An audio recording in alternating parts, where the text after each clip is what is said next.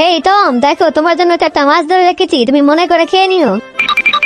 রাতে ইঁদুরগুলো খুব জ্বালিয়েছে, তাই একটু ঘুমাতে পারিনি, একটু ঘুমিয়ে নি, তারপরেই উঠে মাছ খাবো। আরে মোটা বিলাইটা তো ঘুমাচ্ছে, এই সুযোগে আমি একটা মাছ নিয়ে নিই, ও টেরও পাবে না। হা হা হা। আর এই বিড়ালটা কি বোকা নাকি? এখানে মাছ থেকে কেউ ঘুমায়? যাই হোক, আমি এখান থেকে একটা মাছ নিয়ে যাই, ও টেরও পাবে না। আরে আশেপাশে তো কোথাও মাছ নেই, এখানে তো খুব সুন্দর মাছ আছে, আমি এখান থেকে একটা নিয়ে নিই, কিছু মনে করো না, ঠিক আছে বিড়াল ভাইয়া?